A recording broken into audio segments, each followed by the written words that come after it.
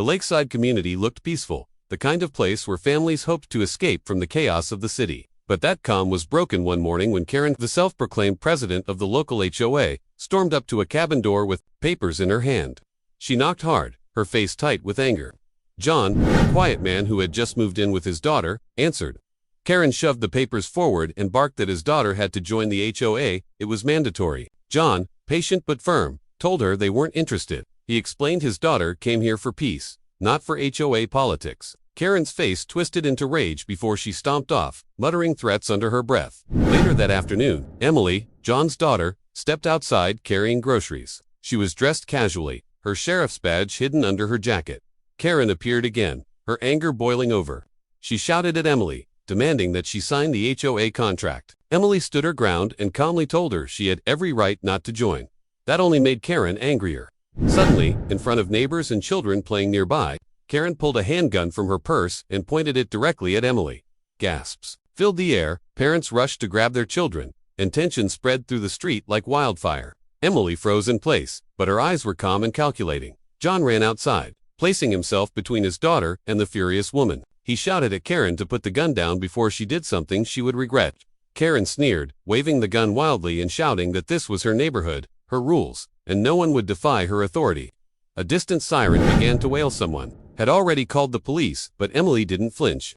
Instead, she slowly unzipped her jacket, revealing the shiny sheriff's badge pinned proudly to her chest.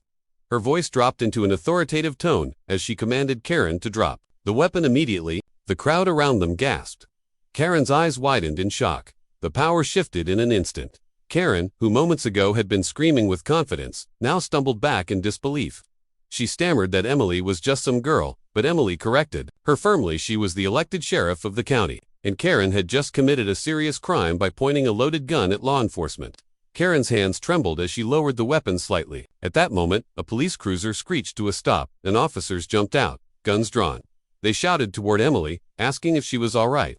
The community suddenly realized the truth. The quiet young woman they thought was just another newcomer was in fact their sheriff. With steady confidence, Emily approached Karen and took control. She pulled the gun from Karen's hand, turned her around, and snapped handcuffs onto her wrists. Her voice was strong as she declared that Karen was under arrest for aggravated assault, brandishing a weapon, and endangering the community. Karen screamed and kicked, insisting she had every right to enforce HOA rules, but the officers stepped in to restrain her fully. Neighbors whispered among themselves in shock. The woman who had bullied and intimidated the entire neighborhood for years was finally being exposed and taken down in front of everyone, as Karen was shoved into the back of the police car. Her voice echoed with hollow threats about rules and power. But this time, no one listened. John walked over and hugged Emily tightly, his relief evident. He told her he never doubted her and that she had handled the situation better than anyone else could have. Emily reassured him quietly, saying that this community didn't need fear, it needed safety, and that was her responsibility. Slowly, the neighbors gathered around, some thanking Emily with tears in their eyes. Many admitted they had been too afraid to stand up to Karen before, but now they saw who truly had the strength to protect them. As the sun set over the lake, painting the sky in shades of gold and orange, Emily stood on the porch of the cabin. The sheriff's badge on her chest glimmered in the fading light, a symbol of quiet justice.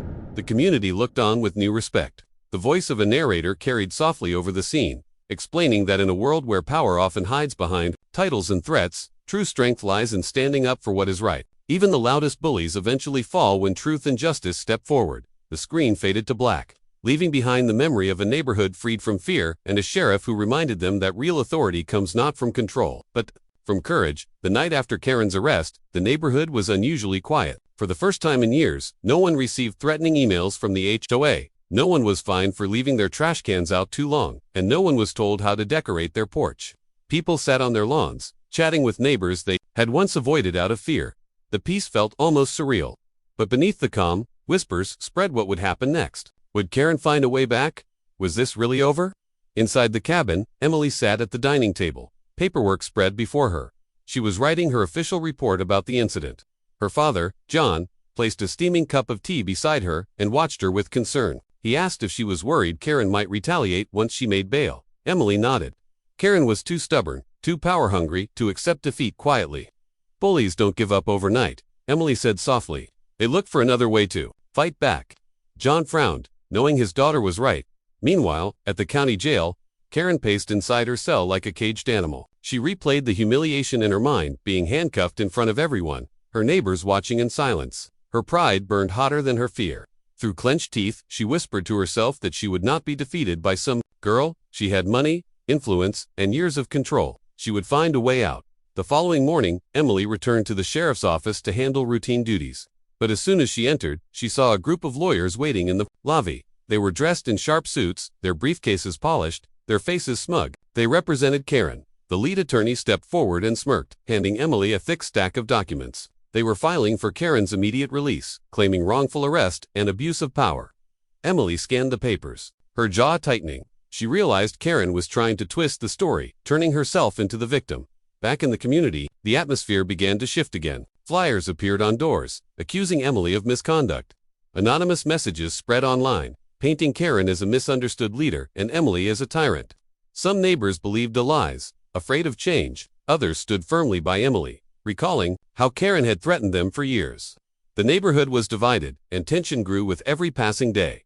That evening, John found Emily standing by the lake, her reflection rippling on the water's surface.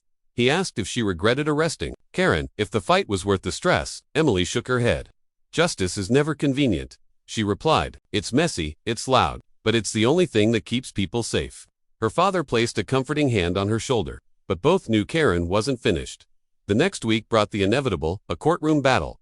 Karen, dressed in a sharp white suit, stood tall, as though she were the victim of some injustice. Her lawyers painted Emily as a sheriff who had abused her badge to humiliate a harmless woman. But then Emily's witnesses began to speak. Neighbors testified about Karen's threats, her intimidation, her obsession with control. Parents described how their children were frightened of her. One man even admitted he paid hundreds in unfair fines just to avoid harassment. Slowly, the cota began to crack. Still, she fought with venom. At one point, she stood up in the courtroom, pointing a finger at Emily and shouting that the sheriff was out to destroy her. The judge silenced her, warning that any further outbursts would not be tolerated. The room filled with uneasy murmurs. Everyone could see Karen's composure unraveling.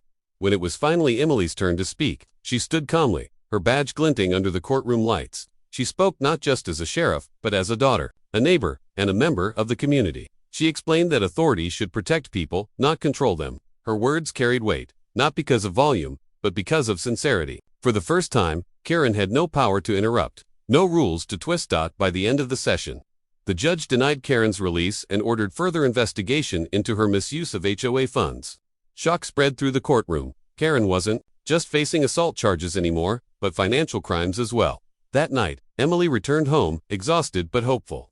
Neighbors gathered outside the cabin, bringing food, candles, and warm words of gratitude. They told her she had done what none of them could do for years: stood up to Karen. Emily smiled humbly, knowing the fight wasn't over, but feeling the community's unity for the first time. And somewhere in the shadows, Karen sat alone, consumed by rage, vowing silently that this war was far from finished. Days passed after the courtroom drama, but the neighborhood remained uneasy. Though Karen was locked away, her presence still haunted the streets. Some residents feared she would return. Others whispered that she had powerful allies who would help her escape the consequences. The once peaceful community was now a place of tension, divided between those who wanted freedom and those who still clung to the illusion of Karen's control. Emily, meanwhile, threw herself into her work at the sheriff's office.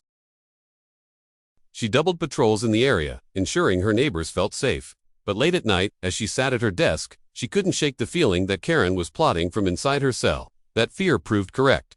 One stormy evening, word arrived that Karen had made bail. Someone wealthy had posted it. Rumors swirled that Karen's brother, a businessman with deep pockets, had orchestrated her release. Emily's heart sank. She knew Karen wouldn't waste a second on revenge. The storm outside mirrored the storm inside Emily's mind. Karen was back. Within hours, signs of Karen's return appeared. Neighbors received threatening letters, slipped under their doors in the dead of night. Emily found her tires slashed outside the sheriff's office. John, her father, discovered a rock thrown through their cabin's window with a note attached. "This isn't over." The message was clear. Karen had no intention of fading quietly. Despite the fear, Emily refused to cower. She gathered the community in the town hall, urging them to stand strong. "Karen controls us only if we let her," she declared. "She thrives on fear. If we come together, she can't win." Her words inspired many, but others remained hesitant. Years of intimidation had left scars, and Karen's shadow was hard to escape. That night, as the storm raged outside, Emily and John heard noises near their cabin. Flashlights flickered in the trees. Shadows moved quickly. Emily grabbed her badge and her weapon, stepping outside into the rain. What she found made her blood run cold. A group of men, hired by Karen, vandalizing the property. When Emily shouted for them to stop, the men scattered into the darkness, leaving behind Karen's unmistakable signature spray-painted words across the barn. "Sheriff or not, you'll lose." The attacks escalated over the following days. Power lines were cut, plunging parts of the neighborhood into darkness. Cars were vandalized. Even the local playground was destroyed. The community began to feel hopeless again, whispering that perhaps Karen was unstoppable. Emily felt the weight of their fear pressing on her shoulders, but she refused to give in. Finally, she decided it was time to take the fight directly to Karen. With evidence of the new attacks, Emily requested a warrant to place Karen under surveillance. She began digging deeper into Karen's finances and connections, determined to expose the full extent of her corruption. What she uncovered shocked her. Karen had been embezzling HOA funds for years, funneling money into secret accounts and using it to pay off those who kept her in power. The revelation gave Emily a new weapon. She organized a second town hall, this time revealing the truth with documents and proof. Gasps filled the room as neighbors saw just how deeply Karen had betrayed them. Rage began to replace fear. For the first time, the community wasn't just relying on Emily, they were ready to stand with her, but Karen wasn't done. That very night, she appeared outside the cabin once again, this time in person. Rain poured as she shouted threats into the night, her voice carrying through the storm. Emily stepped onto the porch, calm and unyielding. Their eyes met, one filled with fury, the other with quiet determination. The confrontation didn't end in violence, but it set the stage for the final showdown. Karen had made her intentions clear. She would not stop until she destroyed Emily. The community braced itself. The battle was no longer just about an HOA or neighborhood rules. It was about freedom, justice, and whether one woman's obsession could outweigh the strength of an entire town united. The town was on edge. Karen's threats echoed in every corner, and her brazen appearance outside Emily's cabin confirmed what everyone feared: this would end only in a final confrontation. Emily prepared herself, not just as a sheriff but as a protector of her family and community. The next morning, Emily met with her deputies at the station. "Karen's crimes aren't just intimidation anymore," she said, laying out the evidence of embezzlement and vandalism. "She's broken the law, and we now have everything we need to put her away for good." Her deputies nodded, but they also knew Karen was unpredictable. If cornered, she might lash out violently. That prediction came true sooner than expected. That evening, during another storm, Karen rallied her hired men for one final act of terror. They stormed the neighborhood, setting fires to abandoned sheds and smashing windows. Chaos erupted. Neighbors called Emily in panic, their voices trembling over the phone. Emily rushed to the scene with her deputies, sirens blaring through the night. As Emily arrived, she found Karen in the middle of the street, drenched in rain, holding a gun. Her eyes burned with fury. "You ruined everything," Karen screamed. "This was my community, my rules, my power." Emily stepped forward, hand raised, her voice steady. "No, Karen, this was never yours to control. This is our home, and you're done hurting people." The standoff grew tense. Neighbors peeked from their windows, holding their breath. Lightning split the sky as Karen's finger twitched near the trigger. Emily's training kicked in. She remained calm, keeping her gaze locked on Karen. "Think about what you're doing," Emily said firmly. "The people you've terrorized are watching. Do you want them to remember you as a leader, or as a criminal who destroyed her own community?" Karen hesitated. For a moment, the fury in her eyes flickered with doubt. But before she could act, John stepped out from the crowd, his voice cutting through the storm. "You pointed a gun at my daughter once," he said, his voice shaking but strong. "But tonight, you'll answer to her." That broke the moment. Karen screamed and raised the weapon, but Emily acted faster. With a swift move, she disarmed Karen, sending the gun skidding across the wet pavement. Deputies rushed forward, tackling Karen to the ground as she thrashed and screamed. The neighbors erupted in cheers and applause. The nightmare was finally over. Karen was taken into custody for the last time, this time with charges so severe there would be no escape: fraud, embezzlement, vandalism, assault with a deadly weapon. The evidence Emily had gathered sealed Karen's fate. In the weeks that followed, the neighborhood transformed. Freed from Karen's iron grip, the residents worked together to rebuild. The vandalized playground was repaired, gardens were replanted, and a new sense of unity replaced years of fear. Emily became a symbol of hope, not just as the sheriff, but as the neighbor who stood up against tyranny. At the dedication of the rebuilt playground, children laughed as they played, and adults smiled freely for the first time in years as the community gathered.